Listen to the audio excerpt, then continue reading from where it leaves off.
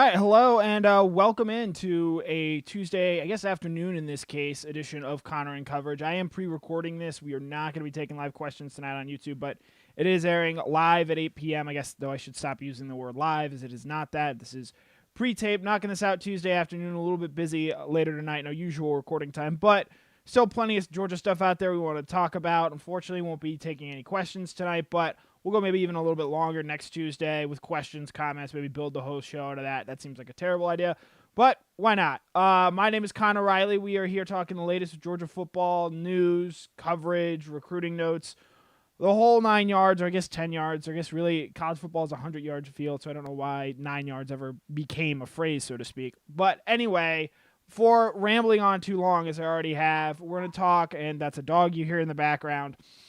We're going to talk a little about Tykee Smith today. He finished up his time at West Virginia, and later this month, he will be arriving at the University of Georgia. It'd be a big boost to that Georgia defensive backfield. We're going to talk about what Georgia really needs from him, more so than what he needs from the University of Georgia. We're going to preview all SEC teams here a little bit. I saw earlier this week, 247 comes out with the top 10 players in the conference.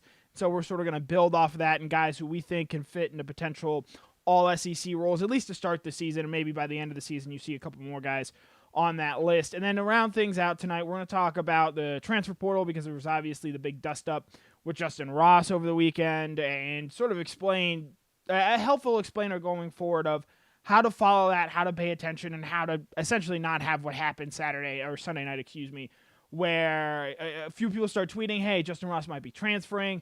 Turns out that is wildly not the case. He comes out on Monday and tweets that's not it. So we're going to walk you through, at least from my perspective, how to sort of follow the transfer portal news and information and what really to make of it when there is potential news that comes out. And sometimes it might be fake like we saw with the Justin Ross stuff. But without further ado, let's get into our first topic of the night. What Georgia needs from Tykee Smith. On Monday afternoon, Smith himself sent out a tweet saying, finished his last semester at West Virginia with a 3.2 GPA. Pretty impressive. Can't wait to get to UGA. And I think that's great news for the University of Georgia. Smith is a guy who is set to arrive in May and is going to be, I think, a very big part of this defensive backfield. I think, especially with the Major Burns news of him hitting the transfer portal, I think Tykee Smith has a chance to be, even before the Burns news, a really important piece to this Georgia defense. And Kirby Smart, he got asked about Tykee Smith when he first transferred at the beginning of April, and he wasn't sure how much he could say, but I thought what Smart had to say at large about the Georgia defensive backfield in the quote I'm going to play you guys says a lot about what Georgia really needs from Smith here. So this is Smart from early April, right after Tykee had announced he was transferring to Georgia. I'm not even sure if I'm allowed to comment or not. I think I may be able to, but rather I would not. So I'll just use that as my reason for not answering it. But the DBs are coming along, and we got a long way to go, but we're getting there. I haven't seen any regress. That's the good thing. But if we're on a 1 mile journey, we just hit the first quarter, and we've got a ways to go. We got to figure out who it is. We've had guys at that position dinged up who haven't been able to practice, and we're already thin, and we're already young.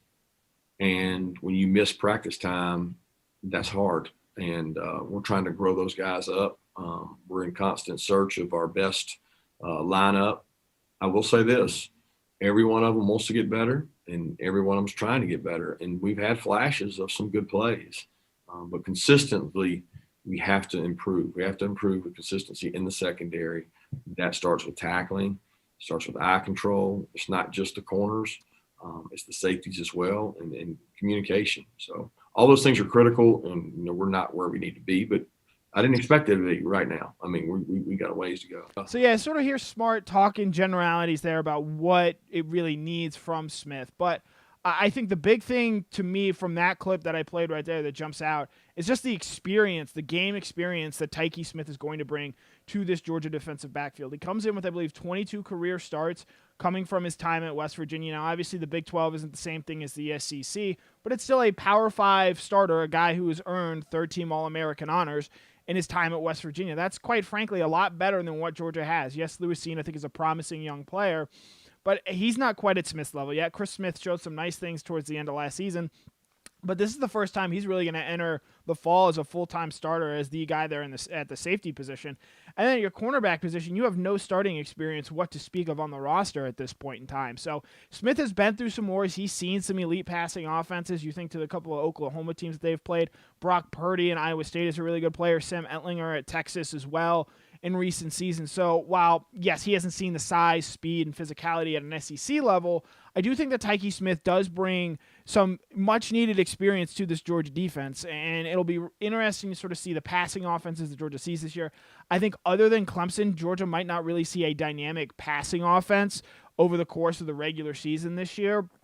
And so because of that, I think that does maybe play a little bit into the advantage of having a green secondary. So it'll be really, I think, interesting to see what Smith ends up doing. But the other big thing that Smith brings, and I think more importantly from an actual playing perspective, is that Tykee Smith brings playmaking skills. He has interceptions, fumble recoveries, tackles for loss, sacks.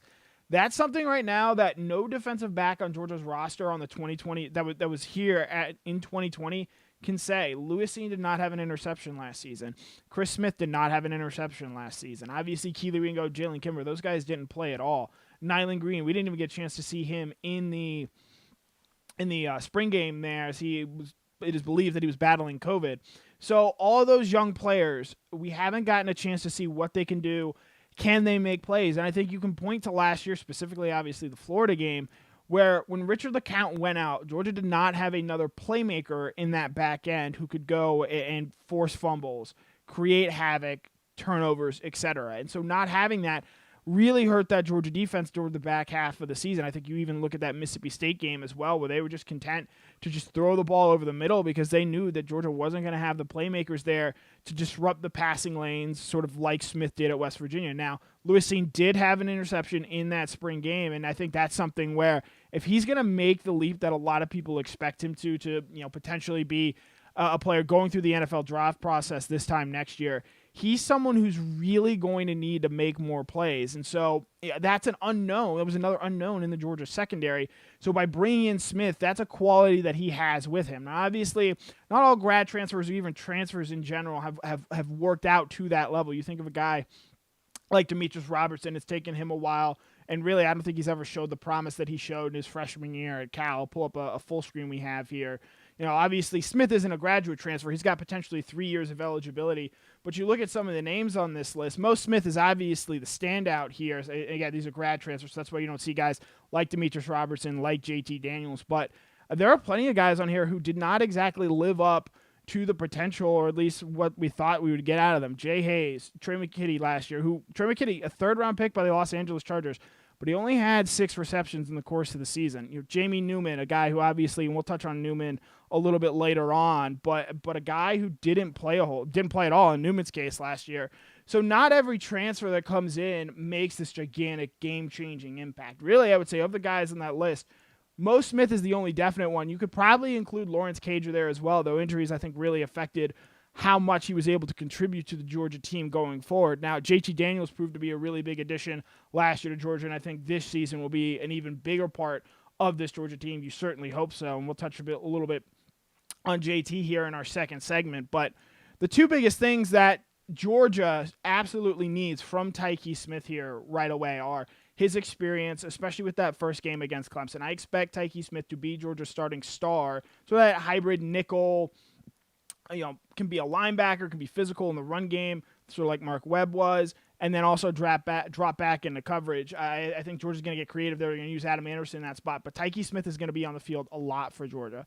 So they're going to need that experience, that game experience, playing against Oklahoma's, Texas, Iowa States of the world, elite programs. And, maybe you won't say Iowa State and Texas are elite programs, but they're certainly very good, and I think they're comparable to some of the teams Georgia's going to see in the SEC this season. And then the biggest thing from an actual on-field perspective is they need him to make plays in that secondary. Brandon Adams has talked about this a lot on his show. You breaking up passes, forcing interceptions. Tykee Smith is absolutely going to be a guy, or needs to be a guy, that does that for Georgia, because other than maybe Lewis Cine taking that next step, I'm not really sure right now where you can say that is comfortably going to come from with this Georgia secondary. So to wrap things up here with our first segment, Tykee Smith, he's arriving at Georgia later in May. They need him to bring his experience, which he's absolutely going to bring. And I think I don't know if leadership is maybe the right word, but he is a veteran, and you can safely call him that in that secondary. And so once he gets familiar with Georgia's defensive concepts, look for him to really, I think, be a steadying presence in the back end of the secondary. And then the second thing is just his playmaking. They need him to do what he did at West Virginia, come up with those tackles for loss, interceptions, forced fumbles, those game-changing plays, because the reality is, nowadays, you're not going to you can't write a defense to a national championship. You just can't. You saw last year, Georgia, I still believe, had one of the best defenses in the country against Alabama and against Florida, elite offenses. It did not matter at all. And so you need guys like Tykee Smith who can get you one or two or maybe even three extra possessions over the course of a game. That's the way defense is played now in college football, and Georgia's going to need Tykee Smith if the Georgia defense in 2021 is going to play like that. So that is our first segment of the night, talking about Tykee Smith. Again, this is Connor Riley. No questions tonight, unfortunately. I have to tape this a little bit early. I have a prior engagement a little bit later on, but we'll be back next Tuesday night as well, taking your questions. We'll be back all offseason on Tuesday night, 8 p.m. here. If you're listening on the podcast on wherever you get them, Apple, Google, Spotify, SoundCloud, wherever you listen to your podcast, thanks for tuning in. We're really trying to get that up off the ground here. Getting into our second subject of the night, the all-SEC players, specifically who from Georgia might that be? Now, I wrote a story on Dog Nation earlier today. 247 have put out a list of the top 10 players in the SEC going into the 2021 season. JT Daniels was number 3 on that list. George Pickens was number 7 on that list. And there are obviously a number of players that were snubbed and you thought could have certainly belonged on that list. And so what I want to do is, instead of cribbing or going directly from that and rewriting that article, look at the guys on Georgia's roster who, and we'll say preseason here, are going to be on those all-SEC teams. And traditionally, you look at some of the past. Alabama's a team that got, when they're right and rolling, got 7 or 8, 9, sometimes even 10 guys on that all-SEC, first-team all-SEC team. You know, if you're Georgia, can you get 6? Can you get maybe 7 all-SEC players? Because they're going to start the year with, I think, at least 4 guys here. And I'll pull up the list of these are guys I expect in July when the all-SEC teams come out. These are the names that I can comfortably say you're going to see on that list. You've got quarterback JT Daniels. Now, it could be Matt Corral there, but I think Daniels is going to be the more trendy pick, especially with what he did, not turning the ball over. Matt Corral did have a lot of turnovers, specifically in losses, I believe, to LSU and Arkansas a season ago.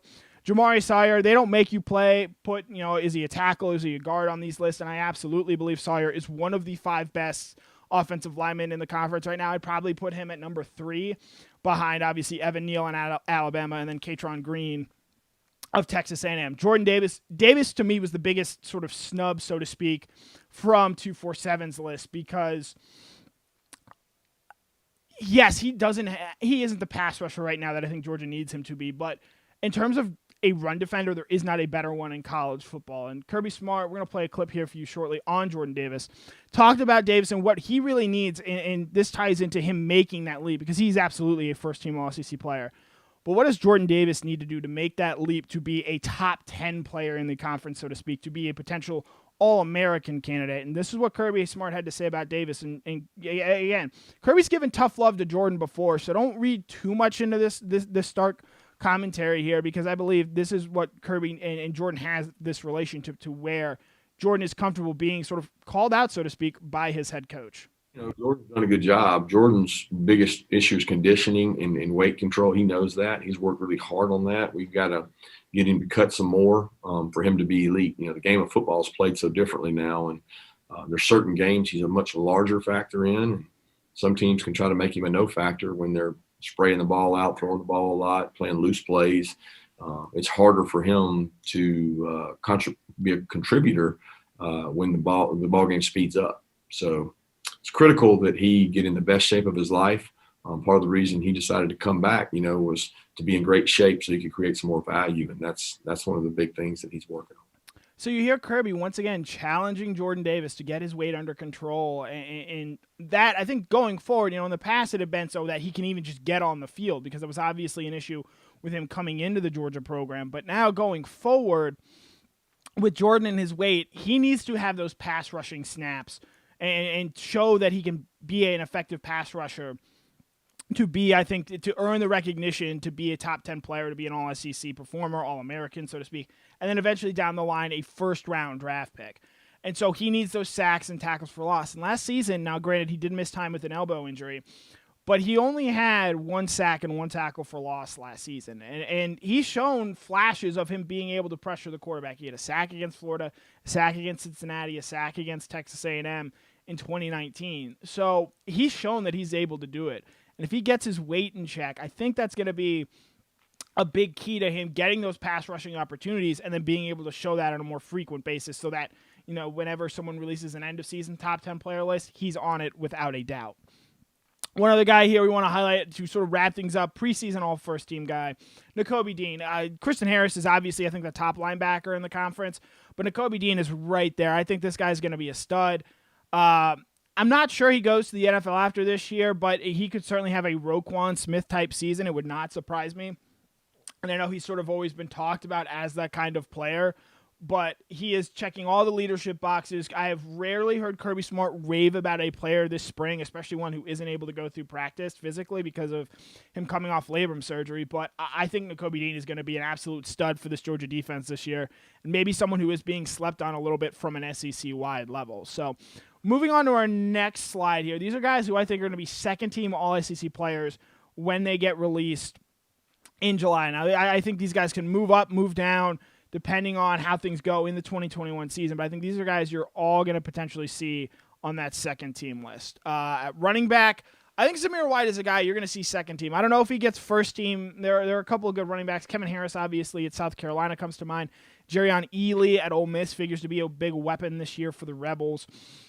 But Zamir White, 779 rushing yards last season, 10 touchdowns, a guy that really, I think, has continued to get better and better as he gets further away from that ACL injury he suffered in his redshirt freshman season. And, you think back to the spring game, he's already Georgia's best pass blocker, or from the running back perspective. He is a capable runner, especially within the goal lines, 10 touchdowns a season ago. And really, I think what encouraged you the most coming out of that spring game with Zamir is his pass-catching ability, but even more than that, his agility, his quickness, getting in and out of cuts, making guys miss. He showed that in the spring game, and that's something he didn't necessarily show all the time a season ago. So if he continues to get healthy and get better, it wouldn't surprise me if Zamir earns potentially a first-team spot at the end of the year. But to start the year, I think Zamir is a good second-team player. Warren McClendon, offensive lineman, is your next guy. I think he's a guy, freshman All-American offensive lineman, and not the greatest recruiting profile in the world, but a really solid and steadying presence there for Georgia at right tackle. I think he is someone who you're going to see on that list, especially Alabama loses a lot of their offensive line. Texas A&M loses a lot of their offensive line as well. So you're going to have guys to fill those slots. I think Warren McClendon is absolutely someone there. Adam Anderson and Nolan Smith are really interesting to me because the way the SEC does it, they take 4 defensive linemen and 3 linebackers. And Christian Harris is going to be one of those linebackers. I think Nakobe Dean is going to be one as well. So that really makes it difficult to include Anderson and Smith on there when really these guys are sort of edge rushers, I like to think. But these guys are both, and I believe Nolan Smith got a preseason All-SEC nomination last year. So with him stepping in for Azeez Ojulari, and we'll lead with Nolan Smith here a little bit, I think he's a guy that is really going to take a step forward. I know some have been critical of him. They want to see him take that next step. He hasn't lived up to the so-called expectations of being a number 1 overall recruit, 5-star prospect and whatnot. But, Azeez Ojulari was in front of him playing the exact same position. And Azeez led the SEC in sacks a season ago. So I don't know how much of that you put on Nolan when you have a more experienced player in front of you that is producing. Adam Anderson, it would not surprise me at all to see him at the end of the year, first team All-SEC, a guy who could lead the league in sacks if Georgia is able to put its defense in positions where he can consistently rush the passer. I think Adam's going to have a potentially huge season, and specifically with those sack numbers, and that's a big reason why he's going to be on the second team to start the year, but I definitely think come the end of the season as a first-team guy. And then the guy we talked about off the top, Tykee Smith, to start the season, a second-team All-SEC player. He was a really good football player at West Virginia now. I think that might prevent him from getting on some first-team noms, but he's going to be an impact player, a guy that a lot of people like as a transfer portal player, and someone that's really going to garner, I think, a lot of attention as the season goes on, especially if this Georgia secondary really starts to live up and play up to its level. And then, now, at this point, you're probably saying, well, there's some guys that I think kind of you should have included on here. And that's why these are the potential All-SEC guys. Guys that might not be on here to start the season. Obviously, when these come out in July, I don't think they'll be on there. But come the end of the season, I think these are guys that if things break the right way in the 2021 season for Georgia, you're going to hear their names at the end of the year. So Kendall Milton, I think, is the most obvious one. If he's able to get a more consistent workload and eat into what Zamir White has, you're probably not going to see Kendall and Zamir on those All-SEC ballots. But I think Kendall has absolutely the talent to be an All-SEC caliber running back. The question with him, obviously, is just, is he going to get the touches over the course of the game to merit being first-team All-SEC? Jermaine Burton, I think this guy's a stud. I think he's going to lead Georgia in receiving this year. Obviously, George Pickens, you still don't know what you're going to see out of him this season, and I think in Pickens' absence, Burton is going to pick up a lot of the production there and have a really big sophomore season. Obviously, it's a bummer that he hyperextends his knee in that spring practice, doesn't play in the spring game, but I think he's going to be a really important piece for Georgia's offense. Darnell Washington, he's not going to get more than, I would say, 35 catches this year. If he got to 30 catches this season, I think that'd be a huge season for Darnell Washington. But he is a mismatch nightmare, and he's just going to flat out make plays that very few players in college football can make. And so if he makes enough of those, a la Kyle Pitts did a season ago, I'm not comparing Washington to Pitts. That's just sort of to give you a template or a frame of mind there. I think you're going to see him as an all-SEC tight end, even with guys like Jaden Weidemeyer out of Texas A&M and Jaleel Billingsley out of Alabama. Tight end's a really good spot in the SEC right now, but Darnell Washington has as high a ceiling as anyone. And that doesn't even include a guy like Arik Gilbert. We'll wrap up quickly here. Trayvon Walker, obviously his ceiling is as high as anyone. I don't expect him to be a preseason All-SEC guy, but Georgia needs him to play at an All-SEC level this year, and he certainly has the athletic capabilities to do so. And then Lewis Cine as well. Alabama brings back a pretty good, I would say, secondary. LSU brings back both Eli Ricks and Derek Stingley. I don't know if that's going to be enough to crack an All-SEC team for Cine at the beginning of the season, but he's a guy, if he makes those plays, if he comes up with a few interceptions, shows off that he can pressure the passer or create negative plays in the running game, I absolutely think he's going to be an All-SEC caliber player. So sort of wrapping things up there, we got our first team, our second team, our potential guys. I think Georgia's going to be very well represented on these lists, as they were on the 247 top 10. They the only team that had more was Alabama, and that sort of seems to be a continuing trend, unfortunately, for the Bulldogs. But that's our second topic for the night, talking all SEC guys and who might represent Georgia from there. And moving on to our third and final topic. This one I'm going to have a little bit of fun with, and I hope you guys just learned something from this, because that's really what I'm going for here. It might come off a little lectury, but I think going forward, this would be some important things to learn as the transfer portal becomes, I think, a bigger and bigger part of college football. And as we sort of saw on Sunday night, Justin Ross's name starts trending on Twitter. And I wish I had the visual for you. I just unfortunately forgot to cut it. And I'm honest with you guys. Always am. And so it's trending. And so I see this. I see a lot of people tweeting about it. I'm like, all right, well, let's go find what started all this. And I couldn't do that. And I like to think of myself, I'm not a big name reporter, capital J or whatnot, but I like to think I'm pretty capable of being able to track down leads and figure out what comes from where. And I couldn't find the start of these Justin Ross rumors that he was entering the transfer portal, that Alabama and Auburn were potential sources for him. And so naturally, it's sort of just out there for the rest of the night on Twitter. And since you can't find it, nobody can really put it out until the next morning when Justin Ross comes out and tweets, yeah, hey, I'm not going anywhere. I'm staying here. And then Clemson football Twitter account follows that up with some of Justin Ross's best plays. And so it sort of got me thinking, this is something we're unfortunately, I just think, going to see a lot more of. And you see, we touched on it last week with some Georgia players, Mikhail Sherman, Carson Beck, social media, rumors start circulating.